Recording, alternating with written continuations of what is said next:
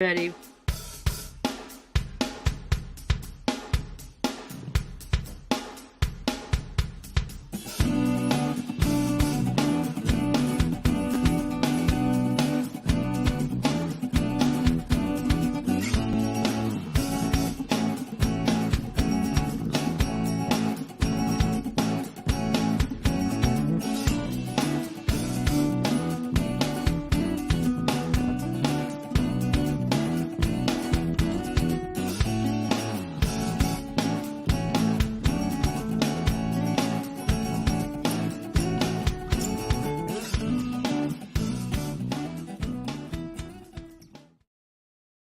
And welcome to another episode of Business Party Podcast.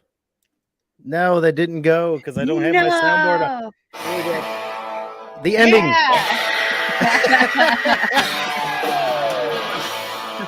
Fuck it, we're doing it live. Yeah, exactly. Fuck it, do it live.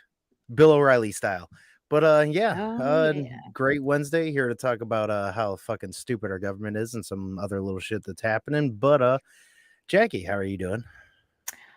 Wonderful. It's going to be a crazy week this week with all the pods that we're doing and just all the news that's coming out. I swear, I feel like I'm consuming news like out of a fire hose, and it just hit me right in the face, and I'm just on the floor. Right, like it's like that meme of the girl. I can't handle it. That meme of the girl that's holding the milk to the other.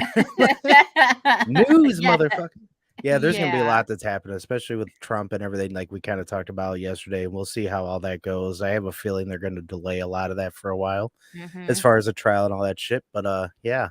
And there's a ton of congressional hearings that are still going on. They're actually they're getting spicy. They're getting interesting. There's one that's kind of, I think, next week or the week after. It's on the 21st or something. That's going to be a big one.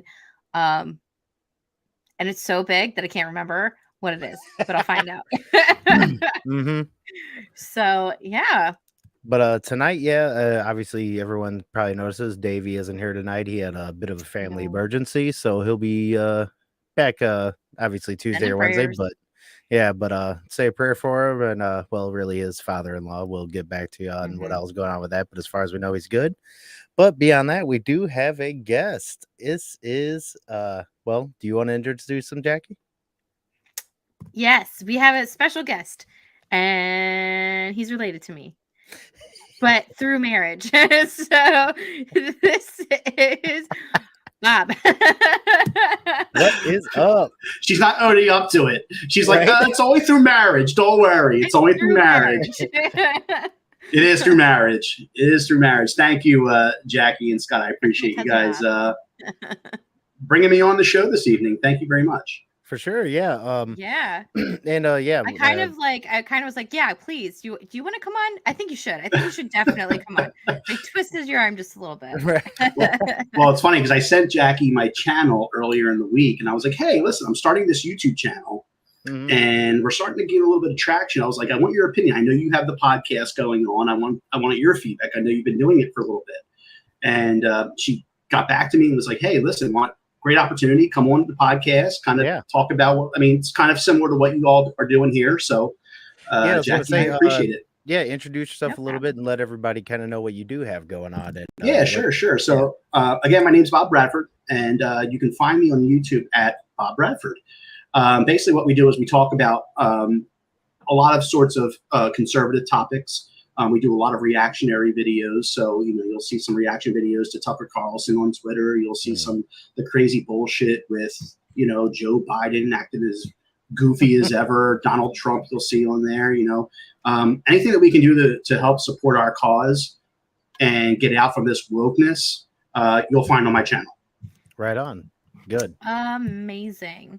I like how you kept it simple because we can find him at. Yeah, tell people the name of your channel and all that. Yeah, it's Bob Bradford Reacts. Okay. You can find me on YouTube at Bob Bradford. Right. All one word.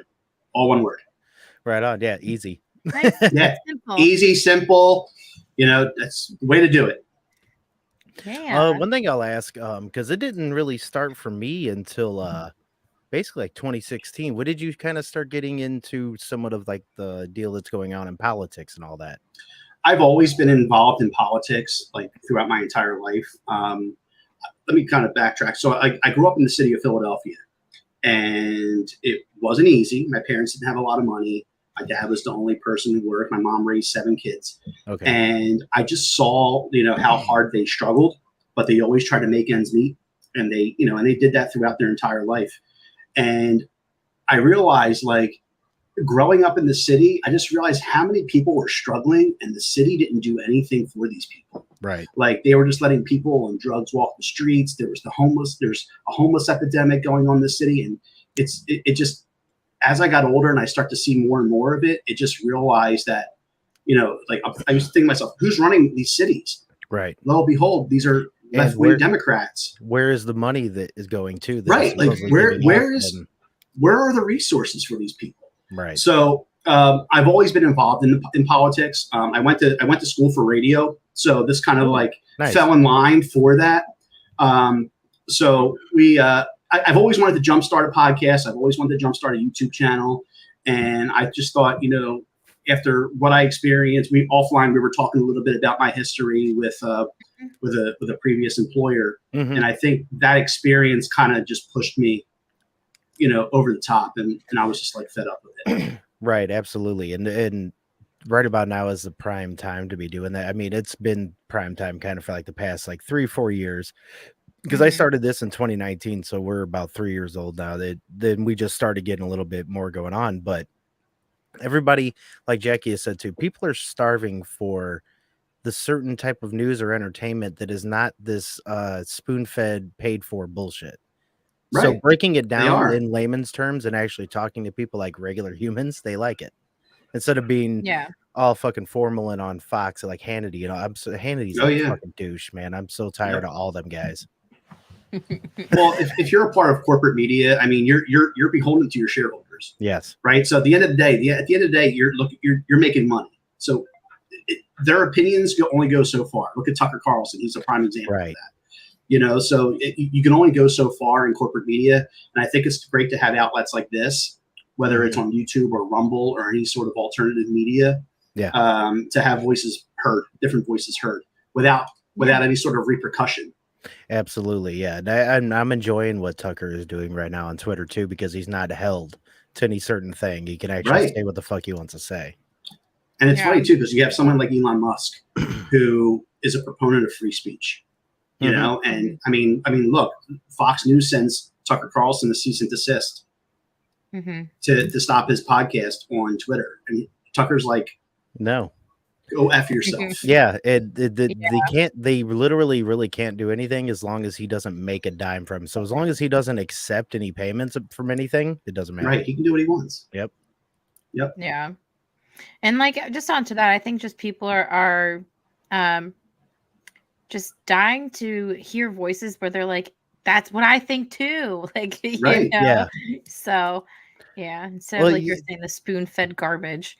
Right, exactly. Yeah. And I mean, we all know it's basically just opinions, but we're going over the same things that all these networks are though too, but actually just actually talking about it thoroughly and saying the shit that we're like, well, why didn't they talk about that? No, we get to. It's funny. I was watching a clip from yesterday, actually. I don't know if this is something we're going to cover at some point today, but I figured let me bring it up because this kind of feeds right into that. Yeah. Yesterday, I'm watching the indictment of Donald Trump. He's down in Miami. He gets indicted, and he goes to this cafe afterward. And the Cubans are like, they love Trump. Oh yeah. Right. We back you. Well, you got people like Jake Tapper and Rachel Madcow. I call her Giraffe Neck. Dude looks like a lady. Oh, absolutely.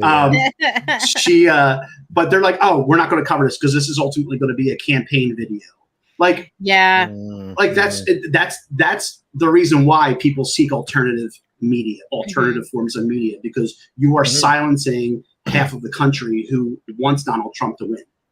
Right. But you'll spend all day covering the Trump indictment and the arraignment and be pissed off because people are cheering for him and telling the control room to stop playing the videos that Trump cheered at. But it doesn't spend an iota of time talking about the $5 million bribery scheme from Joe Biden. Oh, no, not at all. Big not at all. Egg. And there's and there's evidence. There's alleged evidence of 17 phone calls, that allege Joe Biden took a $5 million bribe. It was 15 were to Hunter, and I think 2 were to Joe Biden from what they were talking about. Yeah, the big guy. Mm-hmm.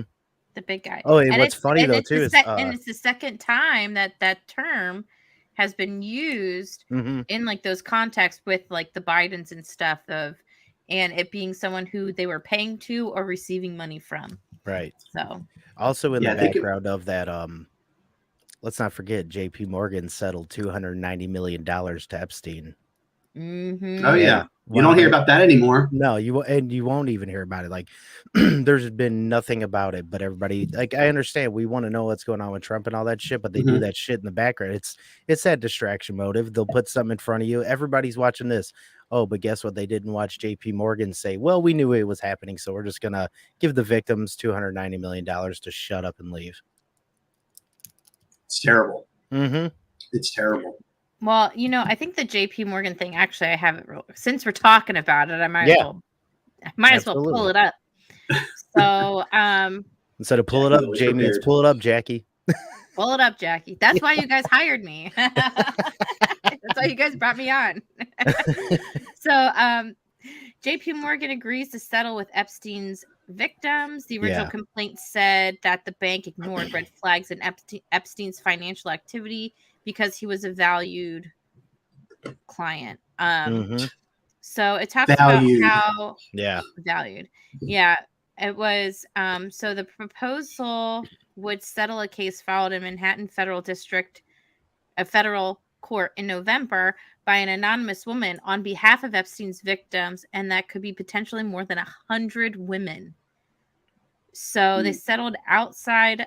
Yeah, so they settled outside of court. And they said that at one point Epstein had like $120 million in assets in the bank. Well, I'm surprised we even got this report as fast as we did, because remember, this whole thing was closed. Yeah, everything about it, like nobody was able to see shit.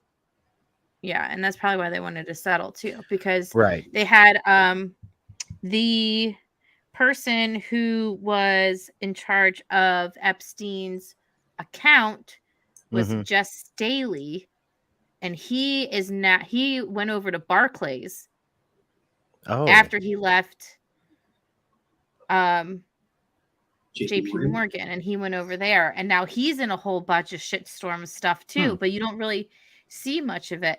And so I don't know. It's just a whole bunch of shit. It's because of Jess Staley that JP Morgan was in all of this, because he was the one that was overseeing the account at the time. Right. So yeah. Well, it's funny that they've been in the news for a little bit now, because also there was a Jamie Dimon that was the one that was calling for eminent domain to possibly be invoked because of all the shit that was happening. But yeah, that's I mean, that goes along kind of like with BlackRock. What's his name? Fink being like, we need Fink. We needed to force behaviors. Yeah. That damn video. We have to make people think a certain way. We have to make them. We have to brainwash them. And if they don't submit, we'll do everything we can to make them submit. Well, and that's what we keep saying is what's happening with these companies that are doing this woke shit that keep losing money. It's because they don't care about that. They're not worried about the revenue right now. They can lose as much as they fucking want. They're going to get points in that ESG shit whenever they're pushing that. You have good credit because you were a good little boy and you pushed what we wanted. So all right, that brings me credit. Oh, go ahead, Jack. No, that is a great segue to this, actually. So it says, so new from the S&P Global to the London Stock Exchange, tobacco companies are crushing Tesla and ESG ratings. It's pretty fun. How could cigarettes be deemed more ethical than electric cars? So this was the article from, I thought it was just extremely interesting. And hold on, let me let's share what tab instead. Hold on. I'm trying to figure this out. That's all good. I'm so stupid when it comes to this stuff. All right. There you go. You're doing great. You're doing great. Thanks. I'm trying. So it says how tobacco companies are crushing the ESG ratings. It says women involved in tobacco farming often faced structural and cultural barriers. The tobacco giant Philip Morris wrote in 2022 ESG report. Globally, less than 15% of agricultural land is owned by women. So basically, here I'll just go through some of Are this. they trying to bring DEI into something like that too now with land? Maybe. Well, I mean, you saw what was it, the Miller Lite commercial talking about how, give us your sexist advertising stuff and we'll turn it into manure to send to women farmers for their barley. Yeah, that is So yeah. Like, okay. So it says the S&P made headlines this month when it gave Tesla, the world's largest manufacturer of electric cars, a lower environmental, social, and governance score than Philip Morris International, the maker of Marlboro. Mm-hmm. So yeah, give the guy a lower score who is building tiny homes, make affordable homes for people. He's building electric vehicles. He's putting recyclable rockets into space. Mm-hmm. Right? But give him a lower score. Give him a lower score. Yeah, well, because he doesn't fit your narrative. Right, exactly. Because he's barely I'll give Elon enough credit to say he's just fighting back enough to where some people have enough respect for him, and that loses him the ESG shit. Like you can't even like fight back. Well, yeah, and so the Tesla ESG score is a 37, while I think it's Philip Morris has an 84. And then the biggest one, and London Stock Exchange gives the British American Tobacco Company an ESG score of 94, the third highest of any company on the exchange's top share index. While Tesla earns a middling 65. But normal Americans don't give a shit about that. No, they're not searching ESG scores for companies before they go and shop. No, absolutely not. No, but what's going to happen is that it's starting to have its tentacles reach out into governments and like how people are taxed and different things like that. So it's a good thing, I think, for anybody and everybody to watch is go back and watch the committee hearings on ESG, because the way that the Democrats and the Republicans talk about it is like the dichotomy is ridiculous. Night and day. And yeah, it is. It's like night and day. And then the people who are the witnesses are like, because the Democrats kept saying, well, ESG, it's voluntary. It's voluntary. And one of the witnesses is like, pressuring someone to do something and saying that they're not going to get something out of it if they don't do what you say is not voluntary. No, it's fucking fascism. Right. Yeah. So that's what was just really crazy. So I said, it's very interesting to see what like I tell you all the time, I watch these fucking hearings all day. Right. I'm surprised you can do that, but it's good that you do, because then you can actually hear the other parts that are explained. And like you said, Republicans talking about it versus Democrats, it's like night and day, because we think more on the Republican side. It's just kind of how it goes. It's just what we understand more. And whenever they try to explain it as being good, the only thing that I hear on the Democrat side is I like authority and government. That's it. Yeah. It's pretty much all I hear. I want more control over you and what you do. So, yeah. Nothing has ever come good from somebody saying I need more government in my life. Right. Exactly. Nothing's ever come from that. Nothing good has ever. Well, that's like this whole fucking student loan bullshit. Yeah, exactly. This whole student loan bullshit. It's like, look, we could respect you more if you would just be like, I don't want to take, my responsibility seriously that I fucking agreed to. And also I would just want you to pay for my shit. Like, then we can have a discussion after that. But when we start getting to the point of we try to have any sort of discussion with the left about why this shouldn't be done, they automatically say, well, the government doesn't have money. The government doesn't make a fucking product. that money is ours. Borrowing from China. Right. The all the money that they have is from other things. Like by you wanting that done, just say you want bigger government. Why do you want more government in your fucking life? Because once they do that, they have a fucking hanging over you. It's just ridiculous to me. No, and the funny thing is about like them always wanting bigger government. They're always asking for more money for these programs. Right, it's $32 trillion. Program. Yeah, $32 trillion deep, and you want to keep fucking wanting more. Yeah, like, and we when need is it gonna more break? Of you assholes, no. Well, which is actually. I'm sorry. Go ahead, Jack. No, go ahead, Jack. Oh, I was just gonna say, like, real quick. They actually did yesterday. They had a committee hearing. Did you record it? Yeah. Yeah, I have some notes. But no, so they had a committee hearing on regulations and what to do with regulations. Okay. And like AOC was up there and she's like, I don't understand. Well, we're talking about regulations. Well, why don't you point to a specific regulation and we could just talk about that? And the guy was like, well, we're just doing all regulations because all of them need to be tamped down some way. Because they kept saying, like the Democrats' argument is that if you get rid of these regulations, you're going to harm the public. Yeah. The public, the reason why we have all these regulations and stipulations and everything is because for your safety. Once they said that, and I was like, nope. That's the catch. That's the line, the hook. Exactly. Yeah. It's for safety. Yeah. It's all bullshit. It's all bullshit. Oh yeah. So I'm sorry, I interrupted you. What were you going to say, Bob? No, I was going to talk about, the voter base on the left is changing, and I think there's a lot of minority groups on the left who are starting to finally wake up and realize that the left has done nothing for them, and they're starting to leave that leftist plantation. So I mean, and again, that's why you're starting to see this flood of illegals coming over the border. So I think they're starting to realize that, they need a new voting group. Well, and I can't say that out loud. It's called the Great Replacement Theory, and they're gonna be like, yeah, "Ooh, right. Tucker, you listen to Tucker." I've seen more. I've seen more minority people for Trump. Like again, I'm in Florida.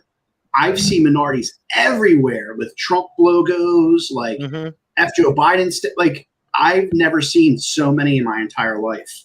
Yeah, like like you always see more Trump shit than you do anything for plus Biden, like at all. Like I'd never see anything for Biden. I really don't. I think people finally see that. Like, who's that? An old white lady. Figures. I drove past her and I was like, I knew it. It's always the white liberal is like literally the worst person you can interact with. And that's the reality. They're crazy, and you can always tell a white liberal too because their eyes fucking bulge out of their head. Oh yeah, they get the and they're so passionate about their stuff. Well, that's what's funny that Malcolm X said that fucking years ago, and then now like all of us looking at him like you were fucking right, man. Like I wish so many more people would have listened to him. Yeah, never trust a white liberal. No, never trust. That's like the same thing as never trust a wet fart, never trust a white liberal. Yeah, true. Yeah, never trust a fart after you had a bean burrito. Like, no.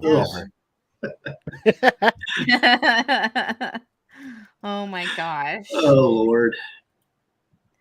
Well, okay. So you know what else you can't trust? Who's that? Your security systems. You want to know why? Yeah. Especially if you bought them from Amazon, because this is from Not the Bee. Amazon just locked a man out of his smart house for a week because a delivery driver reported him as a racist after mishearing something from the doorbell. The guy wasn't even home. So this goes along with so many other things that are happening now. Like they want everything electrified. They want everything smart, right? It's just another way that the government's going to be able to control you. Exactly. Have you seen some of those videos over in China whenever you are those guys riding the bikes, and whenever they get to right at their limit, they are literally shutting the bike off, and you are flipping off that fucking bike if you're riding it. Wow. I just want to go through this because the funny part about this story, so it turns out that the delivery driver had their headphones on, imagined he heard something racist from the doorbell, but the owner wasn't even at the house when the event happened. He also had cameras all over the property that showed that he was totally innocent. So, and then it goes, it's 2023, y'all. Corporations can now lock you out of your home. Yep. Yeah. So. Oh, wow. I thought that was This is just the beginning. This is just the beginning. Oh, yeah. They want the smart cars. I know. Yeah. Well, and that's the thing that I say about Elon. It's like hold on. All right, had a loud motorcycle. I don't know if you guys can still hear it. That's the thing, like with Elon, he's cool and all, but he's very into this whole world of still wanting to bring AI, yet he says it's bad. He wants to put a chip in your brain, but yet he wants to fucking try to be the people's man.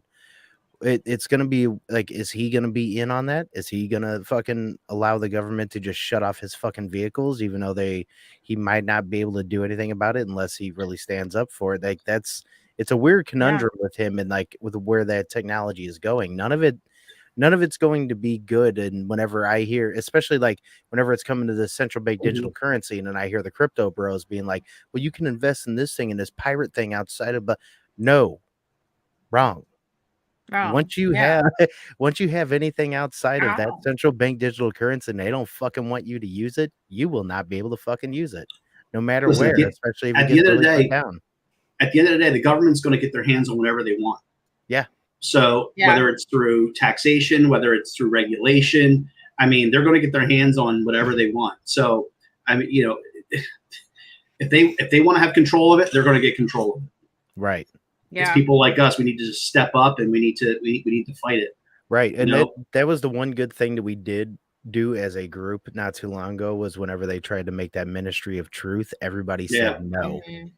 Yeah. So we need to do that now with FedNow and say, no, get the fuck out of our finances, because that is going to be the first step into seeing everything that's happening that you do, period. Then they're going to try to get rid of Cash App and all that shit. Oh yeah. What is it, like $600 if you spend more than $600, you have to claim it on your taxes. Yep. Yeah. And they're going to try to just do away with that and just put everything through FedNow. All of your financial transactions are just going to do through that. That's what they want. Yeah. It's crazy. It's completely insane. Cash is king, yeah. Cash and I really wish more people would get onto it. And it sucks that none of our governments want to do sound money. And I know many other countries are buying gold like crazy because they know probably what's going to be coming up, whether they're going to go digital or not. Who knows? I mean, a lot of them are. We've already looked at some of the charts and shit a few episodes back, but something like that is coming soon enough to where we're going to be fucked. And also, Kenya and Africa again just said to start getting out of the US dollar. Yep. They said start using the Chinese yen. Yeah. Well, it's crazy. I told you a few weeks ago. Watch out for Africa. By the time in the next few years, all of Africa is going to be trading in the yen. I said it. Timestamp it. Like 2 weeks, like a week ago, and y'all are like, "Okay, yeah." Oh and no, then, I knew that this happened. Well, I think it was Kenya. Was it like a month ago? He was saying to get out of the dollar too. Like I think he spoke up a while ago. Yeah, but I mean, and the things that were going on in Nigeria with the e-Naira, and they're trying to use like Bitcoin and the e-Naira, and that's not happening, and people are pissed off, and it's crazy because like. Once we got off the gold standard, our debt ballooned. Oh yeah. Our dollar devalued. And look where we're at. Look where we're at. Well, and that's the whole thing too, is that you can even show everybody history and everyone's like, well, it's not going to happen that way this time. Every fiat currency system that has ever fucking been in existence has always failed eventually over time because there's nothing backing it but you and your debt. Right. That's it. Right. They keep printing money. They keep printing more money and more money. Right. And well, the fact that Well, and the fact that our dollar, like you were just saying, yeah, exactly that, and the fact that our dollar is pegged to the petro system, and now every company or everywhere is coming off of it. They're making less oil. We aren't Yep. producing oil. That's Nope. fucking our dollar too. It's so many things that are linked to our dollar that are just going to fuck us financially. And also, they didn't raise the debt limit. They fucking completely got rid of it until was it 2025, where we're going to add 4 to 6 trillion more dollars. That's going to happen. Yeah. Without a doubt, it's going to happen. So we're going to be like 36 trillion to 38 trillion by 2025. Our dollar is going to be worth fucking nil. It's going to be like Venezuela. The people are going to be wiping their ass with the dollar bills. Right. Such an oil-rich country, and they can't get oil for themselves. Mm-hmm. They pay top dollar for their fuel. You know, I was listening. I don't remember what I was listening to because I listen to a lot of shit all the time. But it was at one of the hearings. They were talking about how Is that a hearing?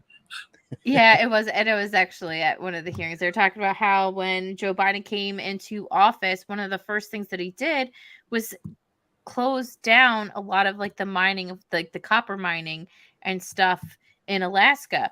And I thought to myself, I was like, okay, and I haven't done the research yet, so I apologize. But if you know it, please like tell me. Put it in the chat, comment, whatever. And if you two know, let me know too. Like, who is the biggest producer of copper, like in the world? I don't know. Because I'd be very interested to see, like, what company is the biggest producer of copper in the world. And if it's a Chinese company, I would know why he stopped all that shit. Or, so you know what? Since we got it right here. Talks amongst yourselves. Right. World's largest copper producer. Let's see. Chile. Yeah. Is it Chile? Well, is it country or I'm saying like company. Oh, I got you. No, this is company. Yeah, Chile is the world's largest copper producer by far, producing an estimated 5.2 million metric tons in 2022. So country-wise, it's Chile. It's Chile. So it looks like a lot of them are in South America. There's Chile, there's Peru, China's up there, US is up there, Congo in Africa. So it looks like it's spread out. It's spread all over. But Chile, you're right, Scott. It's the Chile's the biggest. They're by far, yeah. Yeah, that's a good point, Jackie. So hold on, I found this company called Freeport. Then I wonder who they export to, because that might be. Here, hold on. Let me. Here, I'll show you what y'all what I'm looking at right now. I'm doing live investigative work, people. Yeah. I feel like Batman over here. Right. Is an international mining company. It operates geographically. Company profile assets includes mines in Indonesia, North America, South America. But who owns it? That's what I want to find. So you ready? You ready? Right. The largest importer of copper is China. Of course it is. Of course it is. China, Germany, China by a lot. $48 billion a year versus the second place, $10 billion a year in Germany, and then $9 billion for the United States. Yeah, that's true. Lithium is one to watch for. Anyone to discover usually has a war pop off. Yeah, you ain't lying. Yeah. Honestly, we probably have a shit ton of it underneath in Alaska. I really want to know who owns this company. So it looks like there was there was 2 mining companies in Chile. Let's see. Oh, it is. It's an American company, actually. And how much do you want to bet that BlackRock or Vanguard or State Street probably have stocks in said company? That's not. Because they seem to have their fingers in everything. That's not fair. I know. Okay, Scott. That seems to be the round robin with them. No matter what company you look Mm-hmm. to, Vanguard and BlackRock are in on something. Well, this company is actually out of Arizona, out of Phoenix, Ooh, okay. Arizona. So, Okay, yeah, I think and that's what. that's why said. Yeah, that's what he just said. Villain. Oh Yeah. Yeah, we both pushed it at the same time. Yep. There you go. And yes, that's exactly what I said. It was a gimme. Of course, BlackRock and Vanguard have something to it. Of course they do. Yeah. I'd love to know one company they don't fucking have something in. And everyone invest in that. Yeah, right. So check out that link I sent you both. The second link. Okay. That tells you the largest importer of copper in the world. Okay. Does it show you the chart there? Yes. Or is it, but okay. now it's giving me all this stuff. I don't like cookies.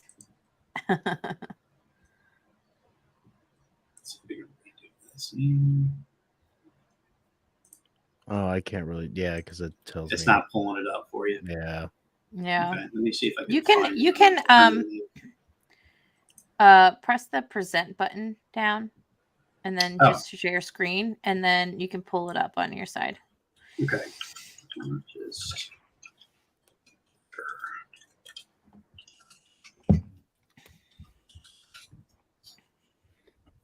We should do more live investigations. They're fun. Right. It can be pretty fun. Now it's giving me a paywall. So take my word for it, people. Take my word. Okay. I'm not paying for this information, but it's China by a lot. China is the biggest importer by a lot. So that would make sense with like all the tech stuff and that they like put steal from together, Americans, like assemble. Yeah. Mm-hmm. Yeah, so they're trying to get every fucking earth mineral period over there because they want to make batteries and everything. Yep. And that's why Taiwan is such a threat. Is because they make the computer chips. Right. So did you want to talk about that then? It's a good segue. We're having amazing segues today. To Taiwan. Oh yeah. Taiwan. Yes. Oh yeah, that is true. Yeah, actually that is a good segue because shit's been popping off. Well, gonna be popping off there possibly soon. And we have a gain word. Where is that? Yeah, right here. U.S. is preparing evacuation plans for American citizens in Taiwan, which they say, oh, it's just preemptive shit. That stuff's about to pop off there here soon enough. But I'll go to one of the main things. As of 2019, more than 80,000 Americans were in Taiwan, which has faced rising threats from the Chinese military and Chinese leadership in recent years. Some U.S. officials have said an invasion could happen, is going to, in coming years, while other officials and experts doubt the Chinese government will resort to force in its longstanding pledge to reunify with Taiwan. They're not trying to just reunify. They want it back because they have a one China policy, and that's the fucked up thing. We supposedly recognize the one China policy, but then we have like a written or unwritten agreement or what the fuck ever with Taiwan to where we're going to try to help them, but do we recognize this? That doesn't make any sense. It's a fucking big time conflict of interest for one. Like, how are you going to recognize one and try to save the other? Well, I think part of it has to do with America's role in promoting democracy around the world. Right. I think they can't say. It would be extremely difficult for any leader in government in the United States to say that they promote communism. Yeah. Now, what they do behind the scenes is a totally different story, but I think publicly they can't say that. Oh no, yeah. The only thing that they can say obviously is socialism because fucking AOC, Bernie. But what's funny is they're socialism lights. Like they're fake as fuck. Like when it comes really down to it, they're super fake. Like Bernie just wants to try to do things to make money, and he still is a capitalist. I don't care what the fuck he says. Guy has like 3 houses and shit. Right, exactly. Yeah. But that's like the only thing they can try to promote is like socialism, because you're right. Yeah, if they start trying to do, say, communism and shit, oh yeah, they'll get fucking burned down fast. Oh yeah. Mm-hmm. But yeah, Absolutely. start looking for some of that's going to be coming soon. And also along with that, I might as well go ahead and show this one too while we're at it, since we're talking about some of that. There is going to be a little bit more tension with Putin and probably most of the rest of the fucking world. North Korea's Kim pledges full support and solidarity to Putin on Russia's National Russia Day. Man, I know everyone there's quite a few people that want to be like, North Korea really ain't shit, but they have a good amount of nuclear weapons. And like me and Jackie were talking before this, do we really know what they have?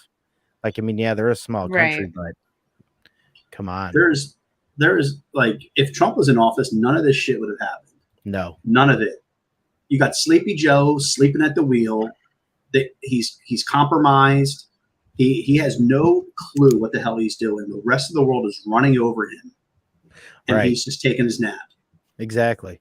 And he's not fucking worried about any of this. He ain't talking about none of this. Ain't letting the fucking people know at all what's happening. Right.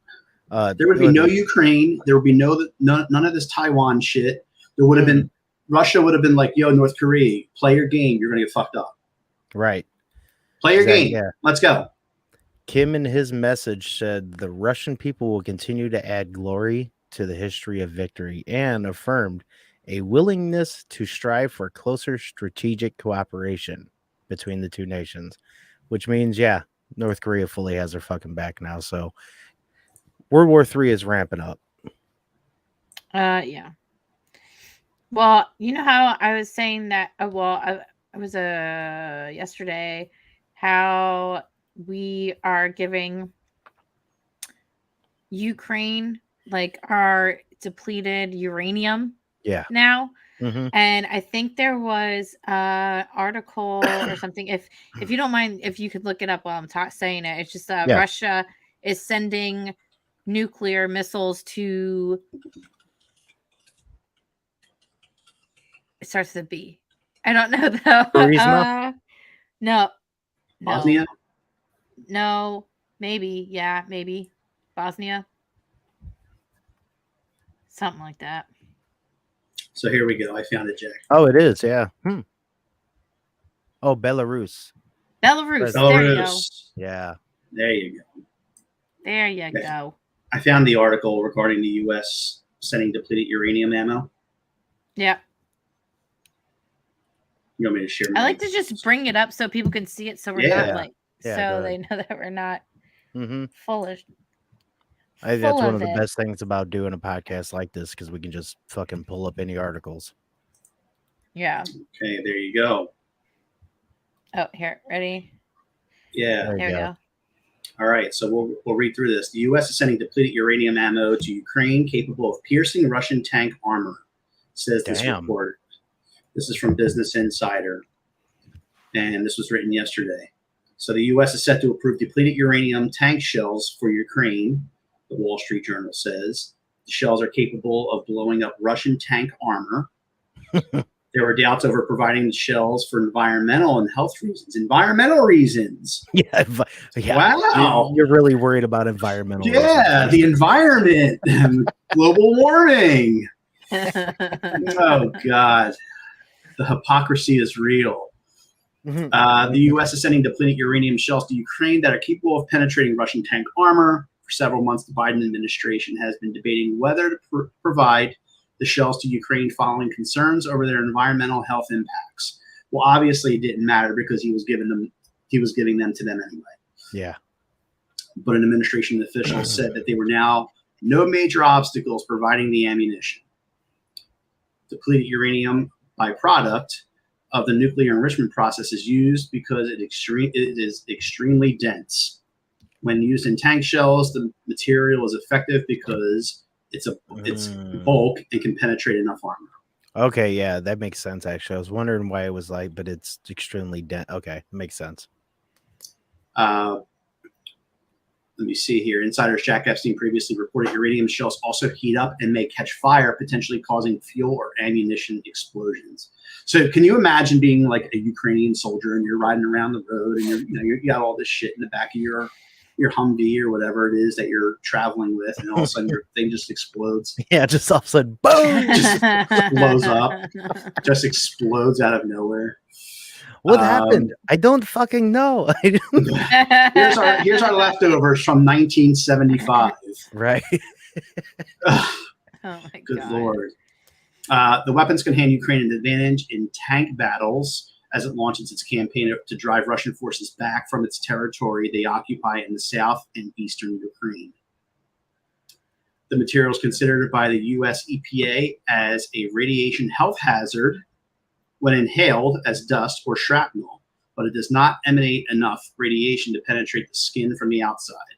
So you can breathe it in and you'll die. Yeah. But it won't get through your skin. Yeah. That sounds... Yeah, I don't know if I believe that. Yeah. So, according to the United Nations Environment Program, the metal's chemical toxicity is the biggest danger, and it can cause skin irritation, kidney failure, and increase the risks of cancer. That sounds lovely. Right? Yeah. It sounds like every every fucking medicine commercial that's fucking side effects. Here is Valeria. This can cause jock itch, psoriasis, and even death. Right? I think I'd rather just have what I'm having. And then you see like people running through like a flower field, and they're so happy. Right? Yeah. Not thinking about the diarrhea they're going to get in 10 minutes. Oh my God. What happened to you? I don't know. I just inhaled some of this old uranium stuff. Yeah, I can't stop shitting. The UK was the first of Ukrainians' allies to provide the country with the ammunition, which is used in the Challenger tanks it's provided to Ukraine. The decision by the UK to provide Ukraine with the weapons was denounced by Russian President Vladimir Putin at the time, who said the weapons have a nuclear component and that Russia would be forced to react. So, yeah, I mean, it's, World War III and nuclear war is among us. Yeah.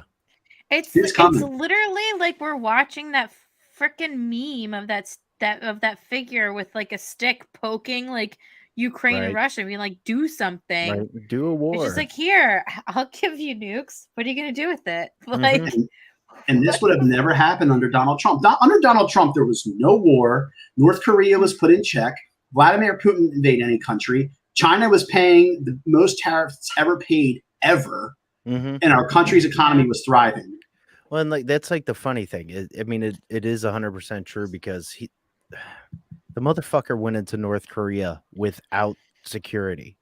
Okay. Yeah. Trump did not give a shit about that. Like there's plenty of bad things about him. Anybody can talk whatever the fuck they want about him, but I'll say this right now: nobody can fucking hold a candle to his foreign policy and his foreign control of assholes that were not allowed to do shit under him. Like it just was not fucking happening. So it's funny you bring that up. And he even got like, what was it, the UN the countries the countries in the UN to pay their fair share. You want to talk about paying your fair share all the time, Democrats? Right. Like, well, he got these assholes to start doing it to pay their fair share, man. And it's funny. And when it came to immigration and stuff like that, he told the countries that he was that they were sending your people over. I ain't giving you any more money. Right.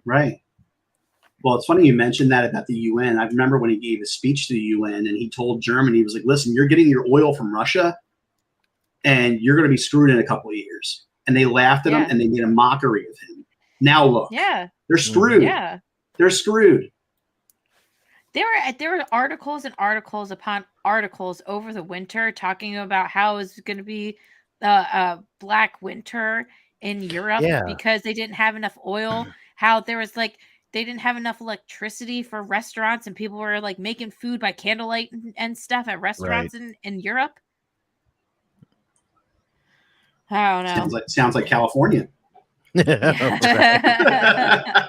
how it's going to visit. That was fucking hilarious. I still think that was the funniest shit when he's like, well, we're going to be banning gas cars by what 2035. Then it was like a week later. He's like, you know what? You may not want to charge your cars right now because we have blackouts and shit kind of happening. It's crazy. It's nuts, man, what the world's going through. But no, this was a great article. Good call, Jackie, by pointing this out. This is just, it's unbelievable. Yeah.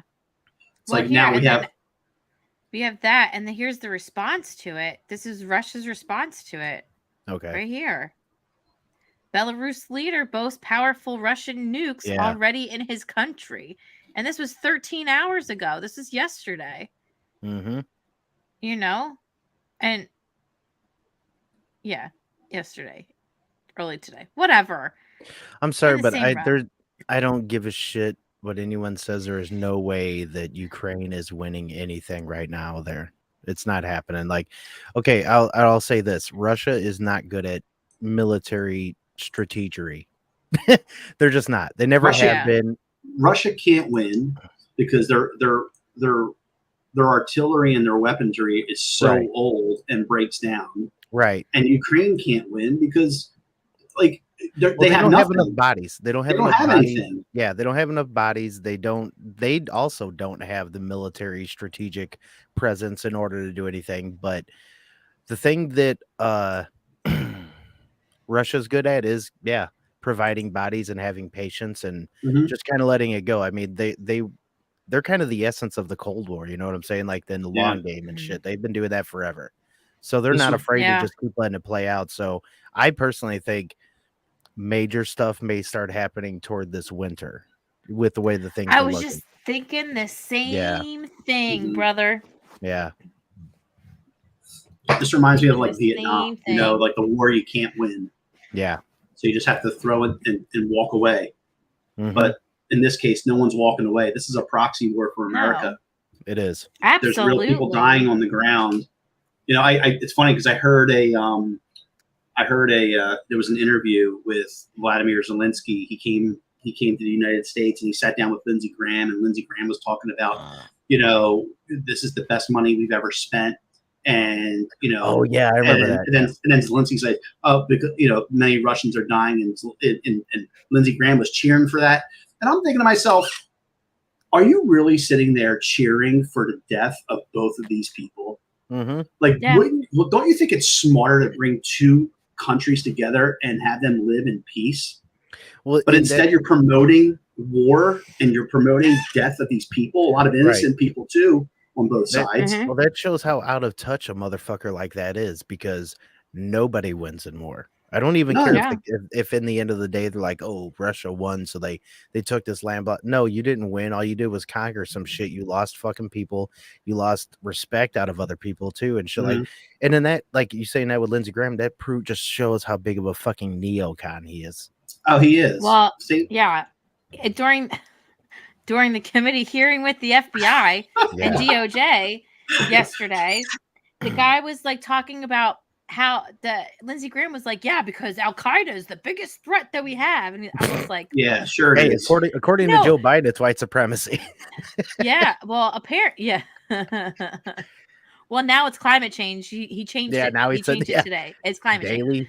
Daily change. It's climate change. So, so at the hearing, he was like, you guys answered with like raising your hands if you think like Al-Qaeda is one of the biggest threats that we have in the country. And they all four of them looked at each other and were like, I mean, I guess. They're like, no. Oh my God. Really. It's like Joe Biden saying the biggest threat to minorities is white people. Right. Yeah. You know, it's just they're just stupid statements that happen on both sides of the aisle that I just can't sometimes. Like sometimes I just listen to these people talk and I'm just like, these are people who are elected into office. Oh my God. Except in Joe Biden's case, he wasn't really elected. But Lindsey Graham was elected. You know, so exactly. It just I scratch my head and I'm just like,